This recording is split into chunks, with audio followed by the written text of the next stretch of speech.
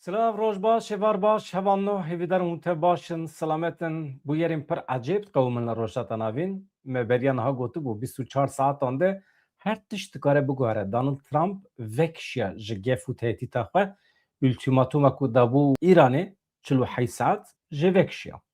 İran dibêje ji ber tirsa me ye dohme bültenek taybet ji were pêşkêş kiribû eger İran bersiv bide gefa Amerîka ew ê çawa bibe. İran binesaziya welatên kendavê wê tune bike elektrîk, ava şor ku pak dibe ji bo ava vexwarinê tê davînkirin hemî wextê ku sêr û bin bike piyasa, finans, banke her tişt disekine. Nexweşxane. Ez dibêjim qey Donald Trump nikare bersiv bide van gefên İranê û vekşiya. Çend nûçe hene me amade kirine li ser vê mijarê. Ez hema bînim ser ekranê hevanno. Pêşî em cî bidin daxuyaniya dawiya Donald Trump em bi rêveberên İranê yê herî qedir giran re diaxivin em di nava tekiliyê de ne dibêje. Serokê Amerîkayê Donald Trump eşkere kir ku wan li gel kesayetiyekî gelekî qedir giran yê İranê dest bi gotûbêjan kirine hem jî gotûbêjên rast bi rêya telefonê. Her du alî jî daxwazên peymanekî dikin. Donald Trump dibêje ji ber kuştina piraniya serok û rêberên İranê guherîneke otomatik di nava rejimê de çêbiye. Trump da zanîn ku ji bo peymaneke ku dawî bikaribe li krîzê bîne guftugûyeke ciddî ana heye di navbera her du welatan de. Dibe ku em di nava 5 rojan de lihev bikin, dibêje Donald Trump. Me du hêvarê bi İranê re guftugûyekî daye dest pê kirin. Em dixwazin peymanekî çê bikin. Em dixwazin peymanekî îmze bikin. Hem ew dixwazin û hem jî em dixwazin. Trump li ser hevdîtinan ev agahî dane ka em binêrin di nava agahiyên Donald Trump de çi cî digirin. Hevanno.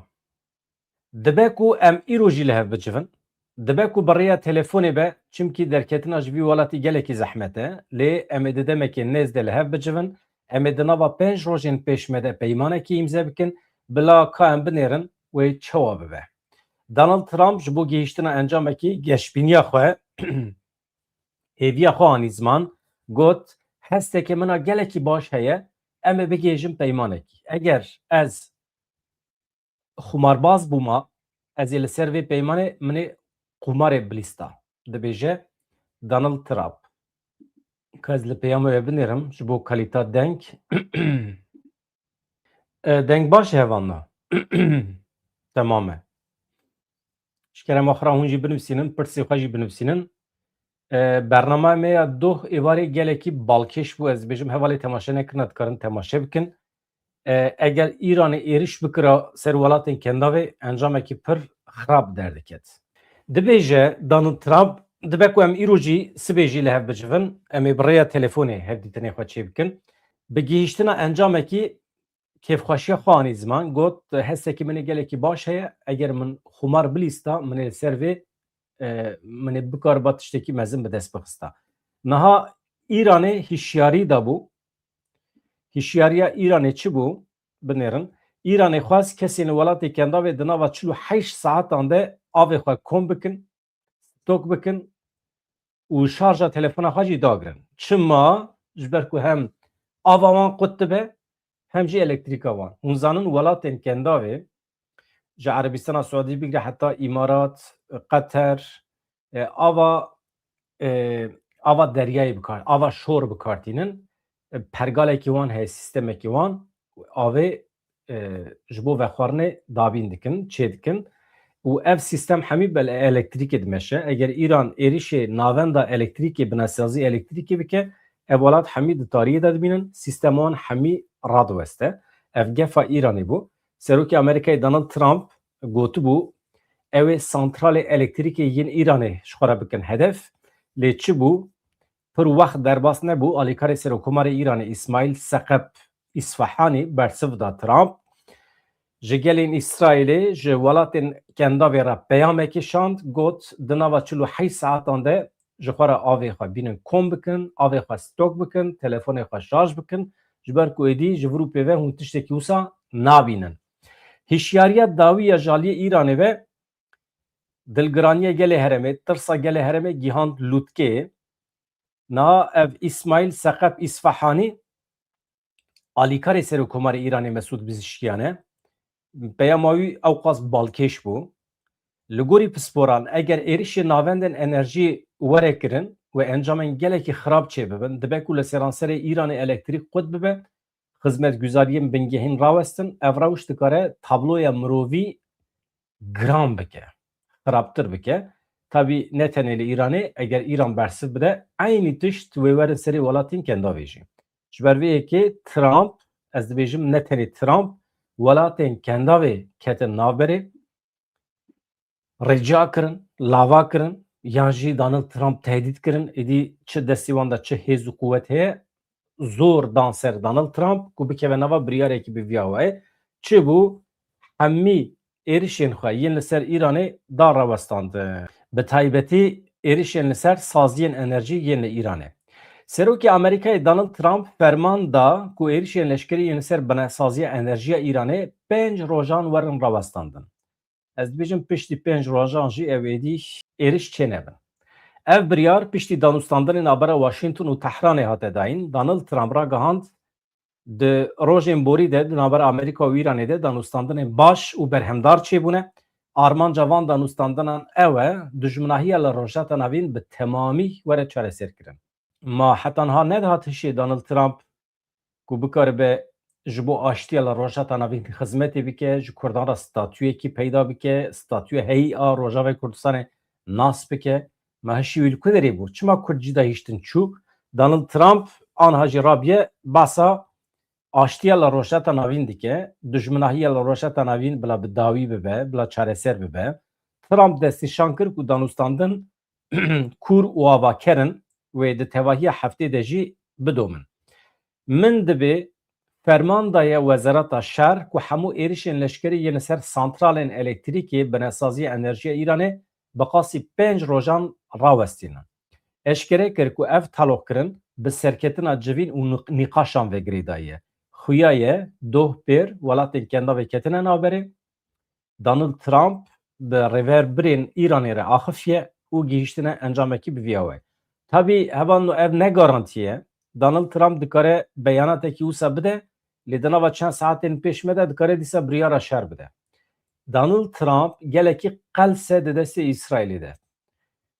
Joe Kent, zanin mirovê îstixbaratê bû, îstifa kir ji ber vî şerê li Îranê. Beyanata wî hebû, dibêje ev şer ne şerê me ye. Raporên şaş çûne berdestê Donald Trump, wergerên şaş jê re hatine kirin. Hatiye gotin ku Îran êdî gihîştî asteyekî wisa dikare li ser Amerîkayê bibe tehdît. Halbikî dibe em weke sîxur, weke mirovên îstixbaratê hetanha di destê me de tu dane, tu delîl û îspat tune ku Îran li ser Amerîkayê karibe bibe tehdît. Tamam, rast e li ser İsraîlê tehdît e, lê ev şer şerê İsraîl û Îranê ye, ne şerê me ye. Em çima dikevin navê? Em çima baja xwe, dewlemendiya xwe dixin xizmeta şerê İsraîl û Îranê? Ji ber vê yekê dibe min îstifa kiriye, lê dibe gelek sûcdar hene. İsraîl şantaj, tehdit dibe şantaj û tehdîta İsraîlê li ser Donald Trump heye. Ev Joe Kent dibêje. Çawa saxmaye, çawa nehatiye kuştin ew jî balkêş e. Ev li aliyekî niha 5 armancên Amerîkayê hebûn, heta niha ev 5 armancên Amerîkayê gelo hatin cî yan ew ê werin cî. Çi ne? Donald Trump diyar kir ku ew gelekî nêzîkî armancê xwe ne. Em difikirin hewldanên xwe yên leşkerî yên li hember Îranê hinekî kêm bikin yan jî qismekî ji wan bi dawî bikin. Armancê me çi bûn? Têkbirina bi temamî ya hêz û quweta mûşekan ya Îranê û pergalên wê yên avêtina mûşekan. Ya duyem wêrankirina binesaziya pîşesaziya parastinê ya Îranê. Ya sêyem dibêje nehîştina hêza deryayî esmanî ya Îranê, tevî çekî wanê li dijî balafiran. Ya pênc em rê nedin Îranê ku tu carî nêzîkî quweta nüklerî bibe. Yani nükler di destê xwe de weke hêza tehdîtê nikaribe bikaribîne. Parastina hevalbendên Amerîka yên li rojheta navîn ku di nava wan de İsraîl, Erebistana Siûdî, Qeter, İmarat, Bahreyn û Kuweyt hene. Ji xwe Îranê jî ev welatên kendavê ji xwe re kiribû hedef. Parastina van hevalbendan ji bo Amerîkayê gelekî giring e. Donald Trump van 5 armancê xwe rêz dike. Rewşa tengava Hurmuzê jî heye, ew jî meseleyekî din e.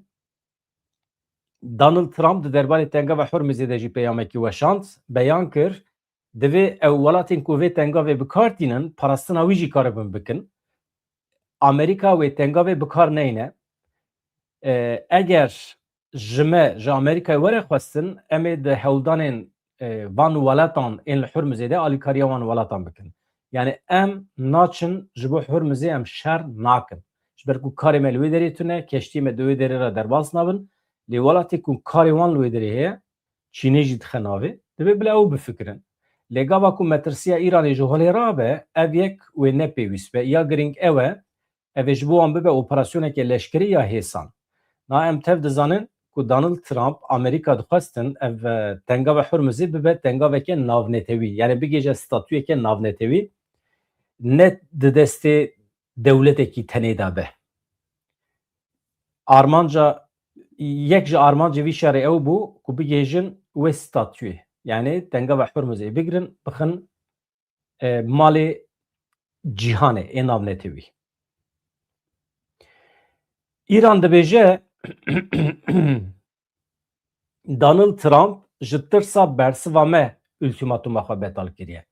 Ultimatuma ku bas dike 48 saat wexta bû Îranê ji bo teslîm bibe. Tehranê vê biryarê wekî paşvekişîna Trump ya ji ber tirsa bersiva Îranê pênasê dike. Televizyona fermiya Îranê ragihand ku Donald Trump ji ultimatuma xwe ya 48 saatan ya li dijî îstasyonên elektrîkî ya Îranê vegeriyaye. Di daxuyaniyê de tê gotin Donald Trump ji tirsa bersiva Îranê ji ultimatuma xwe vegeriyaye. Ew ultimatuma 48 saatan. Wî ferman da Wezareta Parastinê ku tu êrişê li ser binesaziya enerjiyê Îranê pêk neyînin. Hişyariyên Îranê çi bûn? Beriya daxuyaniya dawî ya Trump, yani piştî gefa 48 saatan ya Trump, Îranê çi gotibû? Berdevkê baregeha navendî ya Hetem el Enbiya İbrahim Zülfikarî hişyarî dabû. Gotibû eger Amerîka li stasyonê me elektrîkê bixe, em ê jî çi bikin? Navendên zerardîtî wê neyne avakirin, tengava Hurmuzê wê girtî bimîne, binesaziya enerjî, elektrîk, teknolojî ya İsraîlê wê temamî bibe hedef, îstasyonên elektrîkî yê welatên Rojheta Navîn ên ku baregehên Amerîkayê li wê derê ne, wê bibin armanc. Ew meseleya ku me ji we re bas kiribû ev e. Av, elektrîk, xestexane, borsa, banka, ekonomî hemî serûbin dibûn. Meselekî bi vî şeklî hebû, ez dibêjim qey piştî van hevdîtinan wê mesele hinekî çareser be. Lê dawa me Kurdan bi Îranê re safî nebiye û nabe jî heta ku ya Îran bi temamî bibe dewletekî demokratîk yan jî xweserî bide Kurdan ancak wê demê dawa me hinek digihêje encamê. İranê yekîneyên leşkerî yên nû sewqê xeta Sînorya, Rojhilat û Başûrê Kurdistanê û bajarê Merîwanê kirin. Şerê di navbera Îran û İsraîl û Amerîkayê de 24 rojan tam berdewam dike. Li gorî agahiyên herêmê, li gorî medyaya Rojhilatê Kurdistanê, dewleta Îranê hêzên xwe yê li herêmê Rojhilata Kurdistanê zêdetir kiriye. Di nava sê rojên borî de Îranê hêzeke pir zêdetir li bajarê Merîwanê li ser Sînorê, Rojhilat û Başûrê Kurdistanê bicih kiriye. Her wiha li çiyayên Sûriyê ku dikeve beramberî navçeya Seyid Sadık a Başûrê Kurdistanê, li wan deran jî aniha hêzên Îranê bicih bûne. Li gorî çavkaniyan, Îran bicihkirina hêzên xwe yê li van çiyayan dixwaze çi bike? Dixwaze xwe ji êrişên hewayî biparêze û yek jî Rojhilatê Kurdistanê dibe navenda şer. Em dibînin ku balafirên şer yên İsraîl û Amerîkayê êrişê van deveran dikin, füze davêjin van dera, çima ji ber ku navendên Îranê li wê derê ne, baregehên Îranê li wê derê ne. Niha li ser Sînorê, Rojhilat û Başûrê Kurdistanê baregehên Îranê hatin bombekirin. Mesela. Hema hatin bombekirin jî. Ev jî nîşanê me dide ku aniha Kurdistan, Rojhilatê Kurdistanê navenda şer e. Balafirên şer baregehên leşkerî yên hêzên Îranê yên li ser sînorê Rojhilat û Başûrê Kurdistanê bombebaran kirin. Balafirên şer aydî kîjan dewletan e? Yê Amerîka û İsraîlê ne. Na hevan da nûçeyekî din jî li Loristanê ev jî bilançoya şer nîşanê me dide. Alîkarê waliyê Loristanê beyan kir ku ji destpêka şer ve li bajarê wan di êrişên Amerîka İsraîlê de 157 kes mirine zêdetirî 2000 kes jî birîndar bûne. Alîkarê parêzgarê Loristanê ya Rojhilatê Kurdistanê Saîd Purelî li ser agahiyên şer ên parêzgehê daxuyaniyekî belav kiriye. Dibêje ji ber êrişên Amerîka û İsraîlê yên li ser bajarê wan heta niha tam 157 kes mirine. 2667 kes jî birîndar bûne. Li gorî gotina Saîd Purelî ji wan 2667 kesên ku birîndar bûne hema hemî sivîl in. Yani 2431 kes sivîl tenê yê din eskerin. Li gorî agahiyan ji destpêka şer ve 101 caran êrişê 64 cîhan hatiye kirin. Ev dever jî li 12 bajarên wê parêzgehê ne. Ya niha eger şer bidome hevano daxuyaniya netewên yekbûyî heye û eger şer mezin bibe petrol jî gelekî biha dibe. Petrol çawa biha dibe? Şerê Îranê derfetê nade ku petrol erzan bibe. Bihabûna wî didome. Îro buhayê barmîlekê petrola Brent bilind bû heta 112 dolaran. Beriya niha hûnzanin derdora 9 dolarî bû jî beriya şer jî. Buhayê petrola sivik li Amerîkayê jî ji 98 dolaran derbas bû. Ez agahiyên detayan nedim we. Lê bazirganên petrolê li benda gavên Amerîkayê ne, gavên siyasî. Eger li hevatin çê bibe petrol wê erzan bibe. Niha însanên mîna me ku li Bakurê Kurdistanê dijîn, li Ewropayê dijîn, çima em deynê vî şerî didin? Wextê ku em diçin ereba xwe tijî mazot benzîn dikin, çima em gerek biha bidin? Çi derdê me heye? Şer ne şerê me ye? Ama em dibînin ku pere ji cêva me derdikeve. Yani ev neheqiye. Ev feqîr dibe dîsa milletên Ewropayê û milletên dünyayê ne. Heta niha hûn ereba xwe eger we bi 100 dolarî tijî bikira, aniha edîbiye 120 dolar. Yani her cara hûn depo tijî dikin 20 dolar 30 dolar zêdetir hûn didin. Ev pere para kî ye? Para şer e. Tere ji mesrefê şer e. Yani hûn bixwazin nexwazin hûn dikevin nava şer. Yani hin tedbîr hene elbet. Tedbîr hatine girtin. Dibe merû bizanibe ku ev saziyên ku bi petrolê re eleqedar dibin, zextê didin ser Donald Trump ji bo ku şer rawestîne. Yani ew jî dikarin bandorê li Amerîkayê bikin. Wekî din hevano netewên yekbûyî jî. Mesela NATO di sinifê de ama. Doh revebirê NATOyê derketiye dibêje em jî amade ne wekî 22 dewletan em biçin benda ve Hormuzê em wê derê Hormuzê biparêzin. Pir zû daxuyanî da. Halbuki rojekî jî bisekiniye Donald Trump dawî li şer danî û NATO ew qasa bêîtîbar nedibû. NATO dikaribû bigota ev şer ne şerê me ye, em naxwazin têde cih bigirin. Dikaribû bigota ama negot. Ev çi ye?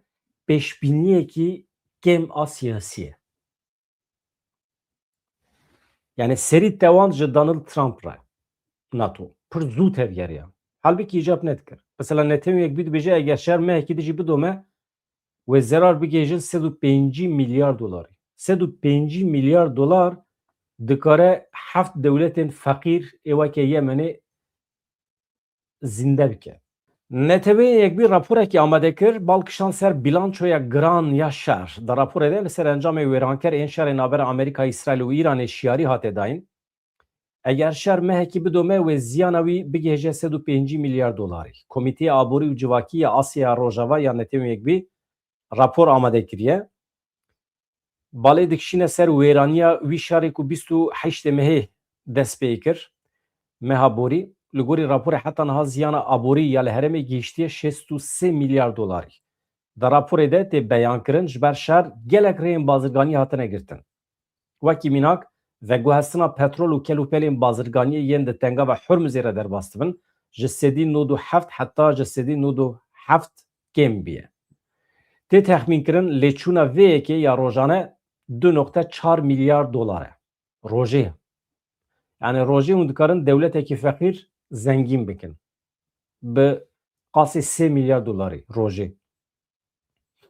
اگر شر نبیا مثلا وقتی اجبر کو شر هیه ده تنگا و حرمزی را چون هاتن چه نابه و گوهستنا پترول چه نابه فقیری چه دبه.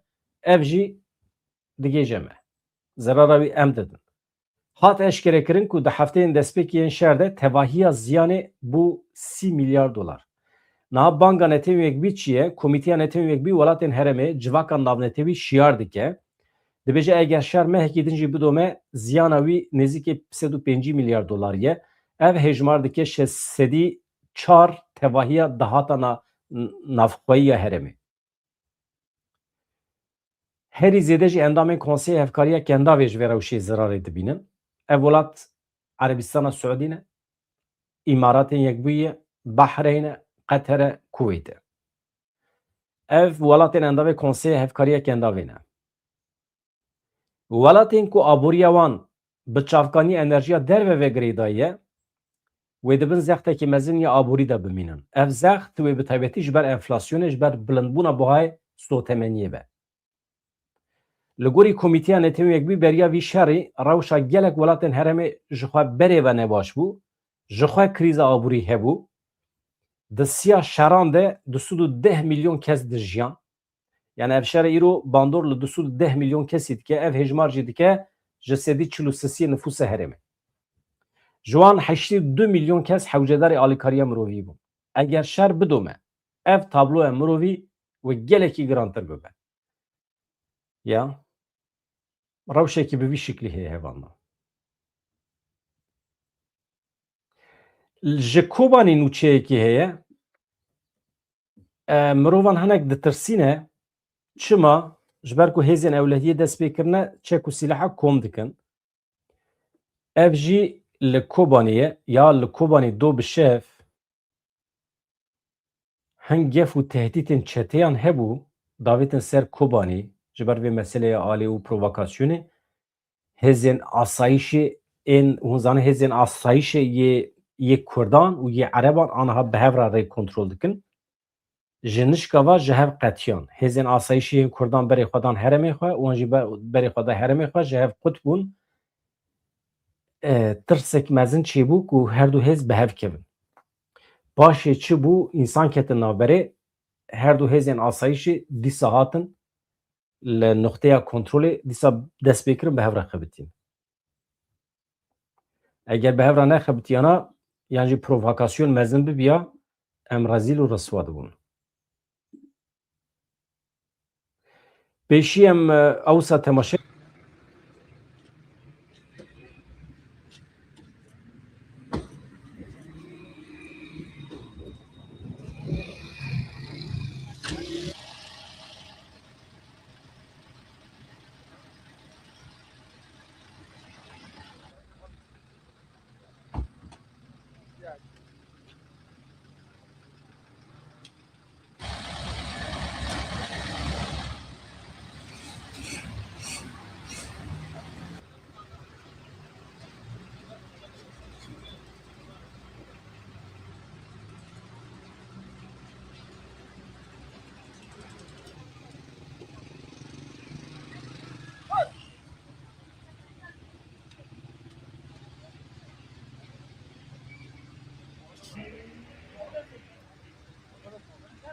نها ودید منطقه و باجر کوبانی تواهی منطقه ما مرحله که حساس را در باسته با او مرحله جی دبی کو ام وکی ام بجن شرطه عسکری چه قوات عسکری به و گل ما به هفدر رجی ام بکنم به مرحله در باس بکن لی دمی دویدا ام دنیرن کو یعنی مرمی و تشتینا باجر ده هنه که تشت دقومن ما خواست ام پیشی لبی یکی بگرن چاوی ما خواست وکی حمله هم دست پی بکن نوا باجر ده و در دوری ویجی مرمی کوتین تقاندن ام پیشی لبی یکی بکنش برکو او یک ضرار ده ملت ضرار ده گل بخواه گشتی جیانی یادن یعنی او مرمی کتینا تقاندن او مرمی دمو کو دچه جور مرمی بعد گره هم هر کس گرانی وی دابن او مرمی لکیر کول زارو کند کول انسانی به عمر مزند کول لینسان کال سر کارو خباتی خال واند کون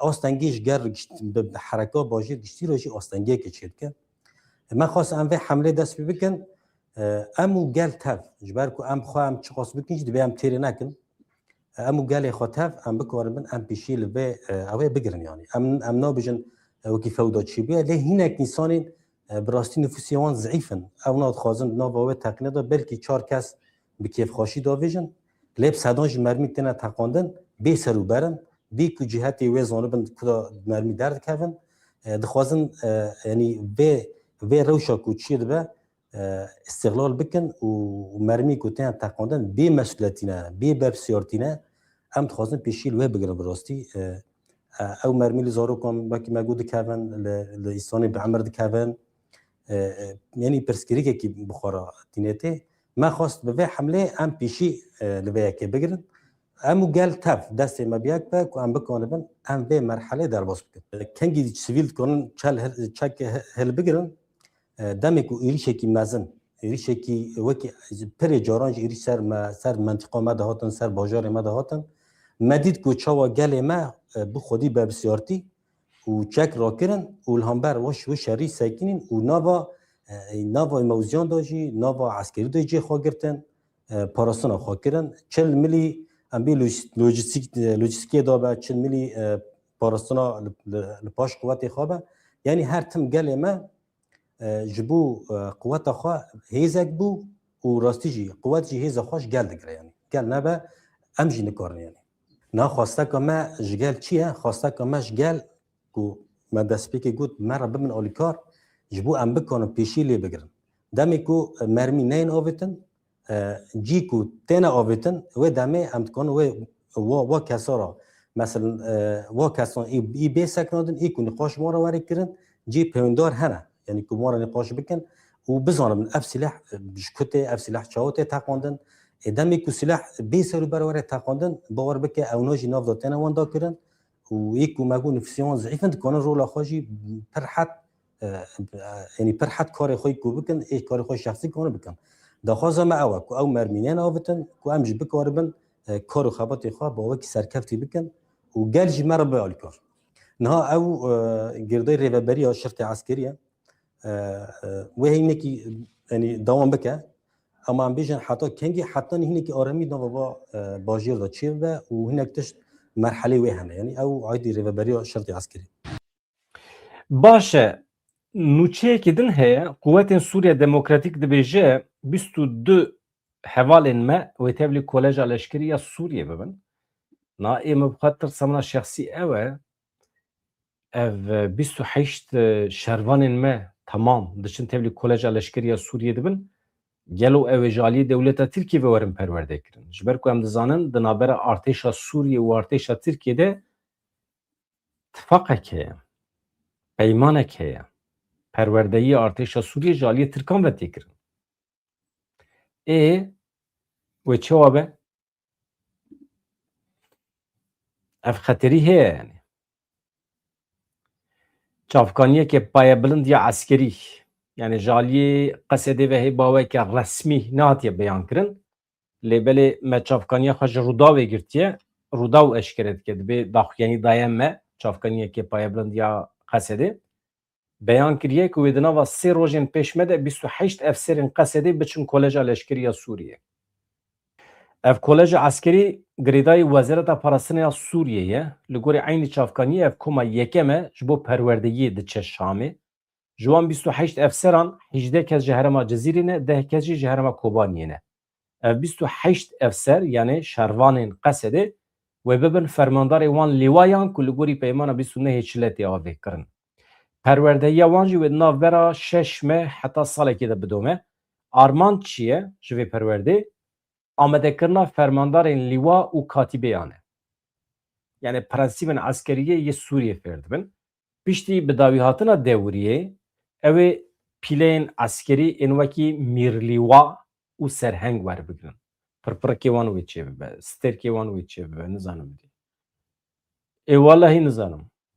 Ji min tiştan nepirsin. Eynî çavkaniyê da zanîn ku biryar e di siberrojê de komekê din ya efseran jî ji bo perwerdeyiya fermandariya lîwayan bişînin Şamê, bişînin perwerdeyiyê.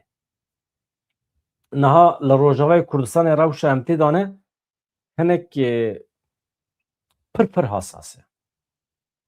Pergala perwerdeyî aniha sekiniye, perwerdeyiya bi Kurdî. Mektebên me, dibistanên me êl wê derê ji dibistana sêretayî heta dawiya zanîngehê me hebûn. Ê Kobanî, Qamişloyê li wan dera aniha perwerde sekiniye. Gelo ji Ewropê ve eger perwerdeyî dest pê bike bawekê fermî ye yan em ê dîsa li gorî qanûnê Sûriye em ê qaçaxî perwerde bidin. Ve hemî problem e. Ala acele divê sîstema perwerdeyî be fermî. Di destûra bingehîn ya Şamê de cihê bigire. Ya ez dibêjim Ehmed el Şara bi xwe qayîl be jî dewleta Tirkiye destûr nade. Mesela sîstema kantonal wê çi bibe? Sîstema kantona Cizîrê, kantona Kobanî. Ew pergala ku 14 sala yani milletê me ava kiribû li wê derê gelo ew ê bidome yan ew ê ciyê xwe ji sîstemeke nû re bihêle. Yani sîstema wîlayeta Hesekê, wîlayeta Helebê. Êdî Kobanê dibe navçeyekî Helebê. Sîstema wîlayet wextê were wê demê pergala me ya kantonal ku a qase em li ser fikrî bûn, me li ser serê xwe îşandibû, me Swîsre weke numune nîşandibû.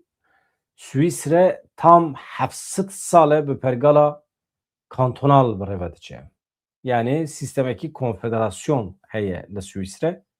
26 kanton girêdayî vê konfederasyonê ne. Her kantonekî dewlet e, xwedî al e, xwedî meclîs e, xwe bi xwe rêve dibe. Tu kantonekî zextê nikare li kantonekî din bike. Yani numuneyekî ecayîb baş bû ji bo Sûriye. Yani hem Swêda, kantona Swêda, kantona Leskiye Elewî dikaribûn bi serê xwe bana. Kantona Rojava. Rojava dikarî biba 2-3 kanton di nava xwe de. û Şam, Humus dikarîbûn nava xwe de bibana kantonên cuda. Pir xweş dibû lê dewleta Tirkiye rê neda. Pergala ku îro Şam yani tercih kiriye êdî ne ev e. û ême jî biryar dan daxilê nava Şamê bibin. Êdî bi rizadilî dibe, bi zorê dibe. Êdî ew meselekî din e. Yan jî bi peyman dibe. Mesele bi vî şiklî ez hema li nûçeyên dawî binêrim.